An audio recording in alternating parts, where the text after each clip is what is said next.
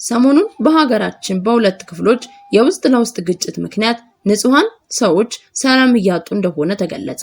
በትግራይ ክልል ውስጥ አቶ ጌታቸው ረዳ ላይ የግድያ ሙከራ መደረጉን ይፋ አደረጉ። አባቶች እንዲሁም ወጣቶች አማራን በመወከል ለመንግስት እንዲሁም አላርፍ ላሉ ግለሰቦች ምላሽ አቅርበዋል። አማራ ሰውን የሚወድ ጠንቃቃ ቶሎ የማይቆጣ ህዝብ ነው። ውስጡ ካዘነና ከተቆጣ ደግሞ አማራን ለማሸነፍ የሚቻለው ባኮረፈበት እውነት ከመጡበት ብቻ ነው። በተቀየመበት ነገር ከመጡበት ይሸነፋል፣ እሺ ይላል። ግን ደግሞ በሽንገላ አይሆንም። ክብሩን ሲነኩበት መመለሻ የለውም። ለዚህም ማረጋገጫ የበፊት አባቶቻችንን ነገስታትን መመልከት በቂ ነው። ክብሩን ለነካ ዋጋውን መክፈል በደም ያለ ነገር ነው። ሰላም ጤና ይስጥልን ውድ የቃል ሚዲያ ቤተሰቦቻችን እንደምን ቆያችሁ? የዛሬውን መርሃ ግብራችንን ከመጀመራችን በፊት እንደተለመደው ላይክ፣ ሼር በማድረግ እንዲሁም ሐሳብ አስተያየታችሁን በኮሜንት መስጫው ላይ ያሰፈራችሁልን እንዲሁም ለዚህ ቻናል አዲስ ከሆናችሁ ሰብስክራይብ በማድረግ ይህንን ድንቅ ቤተሰብ እንድትቀላቀሉ በአክብሮት ጠየቅኩኝ።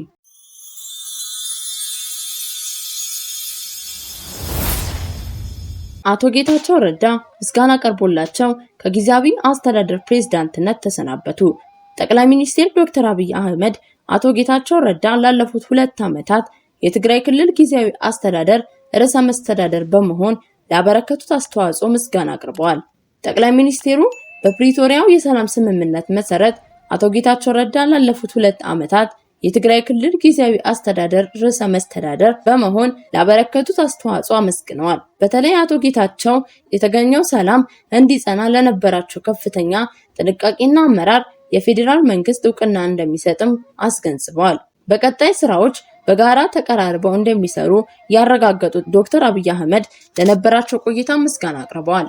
አቶ ጌታቸው ረዳ የትግራይ ጊዜያዊ አስተዳደር በመሆን ለ2 ዓመታት መርተዋል። አሁን ላይ አዲስ የክልሉ ፕሬዝዳንት እንዲሰየም ሂደት ላይ ናቸው። ከነበራቸው ቆይታ በኋላ ያጋጠማቸውንም እንዲህ በማለት ተናግሯል።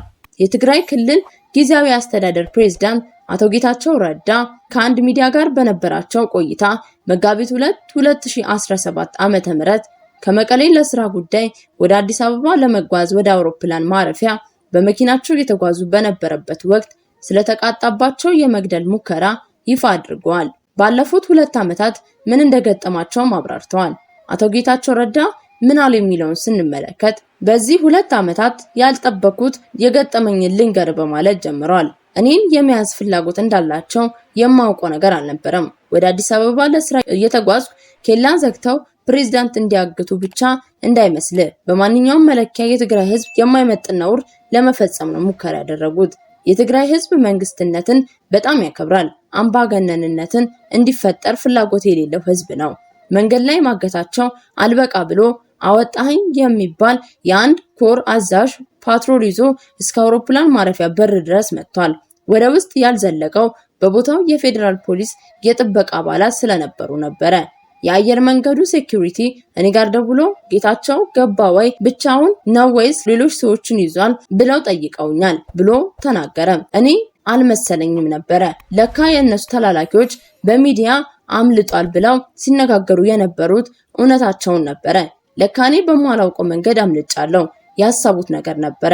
ከመቀሌ ከወጣ በኋላ ያወኩትና በጣም ያሳቀቀኝ ያሳሰበኝ ጉዳይ እኔ በማምለጤ ተደዋውለው በስልክ በቁጭት ያወሩ 2 ሰዎችን አውቃለሁ። በጣም እማከብራቸው ትልልቅ ወታደሮች አመራሮች ናቸው። እንዴት ሊያመልጥ ቻለ እያሉ በቁጭት የሚያወሩ እንዴት ያመልጠናል ብለው ነበረ ሲያወሩ የነበሩት። እኔን መግደል እንደሚያስቡት በግልጽ ቋንቋ እየነገሩ ነበረ። ወደ አየር መንገድ በሚወስደው አስፋልት መንገድ እኔ ሳላውቀው ኬላ ሰርተዋል። መኪናዬን አቆሙት። የኬላው ጠባቂ እኔ መሆኔን እንዳረጋገጠ ለመደወል ተነሳ። የመኪናዬን መስኮት አውርጄ ማን ጋር ነው የምትደውለው አልኩት። ይህንን ስለው ተሳቆ አሳለፈኝ። ባለቆቹ እንጂ በኬላ ጠባቂው አልፈርድበትም። ምክንያቱም አለቆቹ አድርግ ያሉትን ያደረገው። ነገሩ በቀላሉ ስላለፈ እንጂ ግጭት ቢፈጠር በኔ ጠባቂዎችና በኬላው በነበሩ መካከል ነው የሚሆነው። ችግሩ ያወጣኸኝም የኬላው ጠባቂም አይደለም ያዛዦቹ ነው። ኋላ ላይ ሳጣራ ኬላውን ያሳለፈኝ ጠባቂ አስረውታል። የትግራይ ህዝብ ስርዓትና ህግ ያውቃሉ ብሎ የሚያስባቸው ሰዎች ስለ ሰው ማስወገድ፣ ስለ ፕሬዝዳንት መግደል ያስባሉ ብዬ አስቤ አላውቅም። ኋላ ላይ ሳስበው ግን ለካ የነበረው ባህል ነው። በሌላ ቦታ እንደ ኦሮሞ ምናምን ስለተፈጸመው የነበረ ከሆነ በዚህም ትፈጽመዋለህ። ያው የቆየ ልማድ ባህል ነውና እኔን የቤት እስረኛ የማድረግ ፍላጎት እንደነበራቸው አውቃለሁ። ምክንያቱም እኔ ከነሱ በላይ መረጃ አለኝ ነበረኝምና ከዚህ አልፈው እኔን እስከ መግደል ይሄዳሉ ብዬ ግን አስቤ አላውቅም። እኔ ይህንን ሳስበው ይዘገነነኛል። እዚህ ድረስ ነው እንዴ የደረሰው ብዬ ይከነክነኛል ብለው ቃለ መጠይቃቸውን ቋጭተዋል። በቀጣይ መረጃ የሀገራዊ ምክክር ኮሚሽን በአማራ ክልል የሚያካሄደው አጀንዳ የማሰባሰብ ምክክር እየተሳተፉ ያሉ የማህበረሰብ ተወካዮች ለኮሚሽኑ የሚያቀርቧቸው አጀንዳዎች ተፈጻሚነት አግኝተዋል።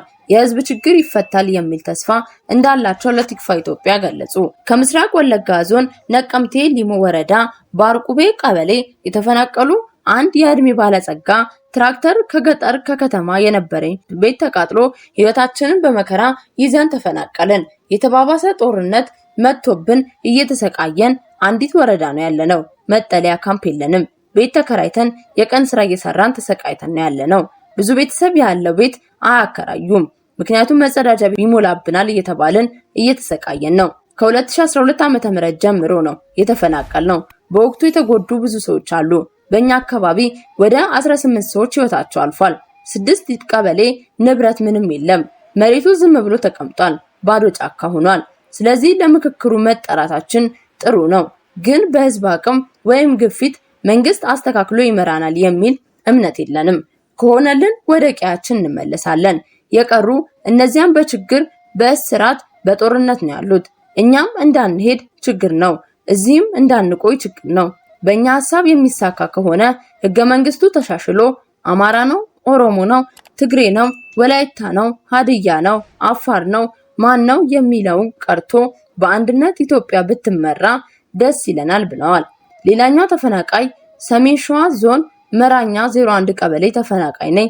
መንግስት እኛ ጋር እየደረሰ እየጮህና ህዝብ እያየ ነው። ከአይኑ የተሰወረ ነገር የለም። የኢትዮጵያ ህዝብ በየትኛውም ክልል በአራቱም ማዕዘን እንደ ሻማ እየቀለጠ ነው። የግድ እኔ ጋር እስከሚደርስ አንተ ጋር እስከሚደርስ መጠበቅ አያስፈልግም። አሁን እኛን የገጠመን ሰው ሲሞት ስንት ሰው ሞተ የሚለው ነው። መንግስት ይህን በደንብ ያውቃል፣ ያያል፣ እየሄደ መረጃ ይሰበስባል። አጥፍተው ሲመጡ ጎሽ ነው የሚባለው። አጥፊው ነው እየተሸለመ የመጣው። መፍትሄ ይሆናል ብለን ተወክለን የሞቱትን ለማንሳት ሳይሆን እንዳይሞቱ እየሰራን ነው። በምድር ሰው ሞቶ እንደገና አይበቅልምና ብለዋል። ተሳታፊ ወጣቶችም ሀገር ስትመክር ወደ ዘላቂ ሰላም እንደምትመጣ አምነን ነው የመጣ ነው። የሀገሪቱ የበላይ ጠባቂ መንግስት እስከሆነ ድረስ ዜጎቹን የመጠበቅ ኃላፊነትና ግዴታም አለበት። ሁሉንም በእኩል እጅ አይቶ የሚያስተናግድ ከሆነ ያ ወደ ሰላሙ መንገድ ያመጣናል። ተከፋፍለን በሐሰት ትርክት እርስ በርሳችን እየተበላላን ወደማንወጣው አዘግት ገብተናል። አባቶቻችን ያቆዩልንን ሀገር ተማርን የምንለው አካላት ሌላ ውስጥ እያስገባን ነው።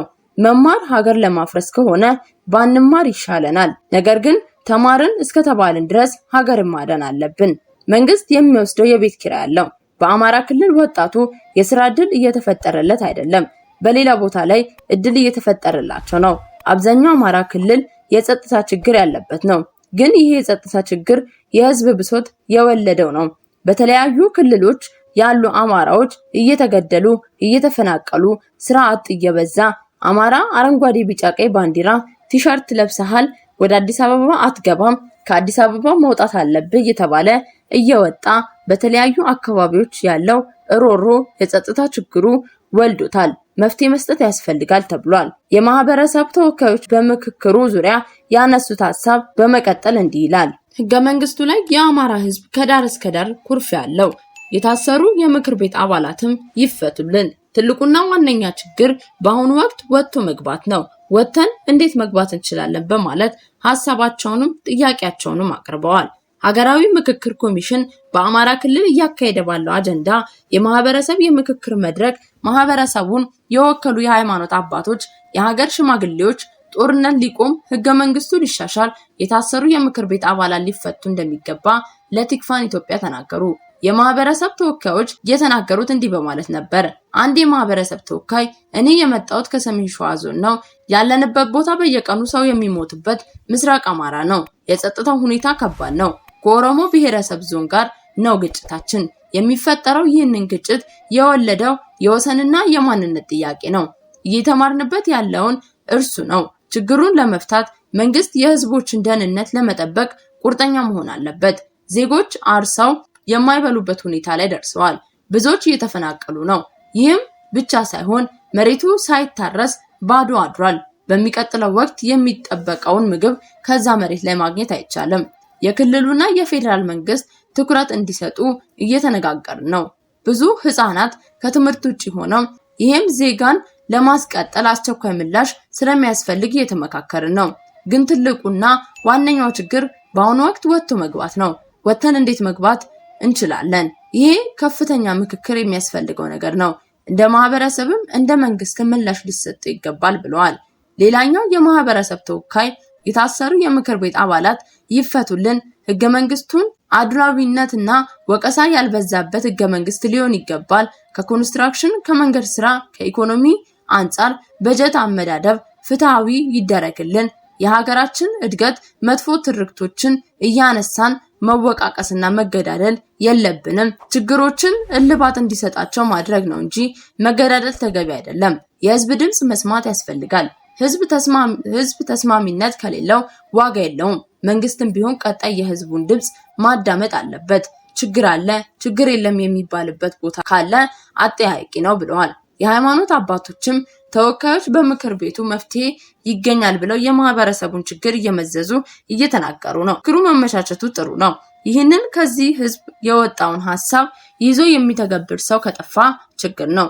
አሁን እውነት እየተነገረ ነው። እያንዳንዶች እየተዋወቅንም ሐሳባችን ግን ጭብጡ አንድ ነው። አማራ ሰውን የሚወድ ጠንቃቃ ቶሎ የማይቆጣ ህዝብ ነው። ውስጡ ካዘነና ከተቆጣ ደግሞ አማራን ለማሸነፍ የሚቻለው ባኮረፈበት እውነት ከተመጣበት ብቻ ነው። በተቀየመበት ነገር ከተመጣ ይሸነፋል። እሺ ይላል፣ ግን በሽንገላ የለም። ህገ መንግስቱ ላይ የአማራ ህዝብ ከዳር እስከ ዳር ኩርፍ ያለው አንቀጽ ነቅሶ ይሄ በድሉኛል ይላል። በሌሎች ክልሎች በሚኖርበትም እንደ ሰው አልተቆጠረም። የፌዴራል ህገ መንግስት ማንኛውም ኢትዮጵያዊ በፈለገበት ቦታ የመኖር የመስራት መብት አለው ይላል። አሜሪካ ያሉ ኢትዮጵያውያን እኮ ፖለቲካ አመራር ውስጥ ገብተው በአሜሪካ ምርጫ ውስጥ እየሰሩ ነው። እዚሁ ተቀምጠን ይገፉናል። በኦሮሚያ ክልልስ ቢሆን ኦሮምኛ ተማሩ ማለት ነው የሚጠቅመው ወይስ ኦሮምኛ ቋንቋ ስለማትችሉ ድራሽ ይጥፋ ማለት ነው ሲሉ ተናግረዋል። ለሀገራችን ኢትዮጵያ እግዚአብሔር አምላክ ሰላሙን ፍቅሩን እንዲያድልልን እየተመኘን በአማራ ክልል ያሉ እህት ወንድሞቻችንን እንዲሁም እናትና አባቶቻችንን እግዚአብሔር አምላክ ከክፉ ነገር ሁሉ እንዲጠብቃቸው ከልባችን እየተመኘን ሰናይ ጊዜን ተመኘን። ከቃል ሚዲያ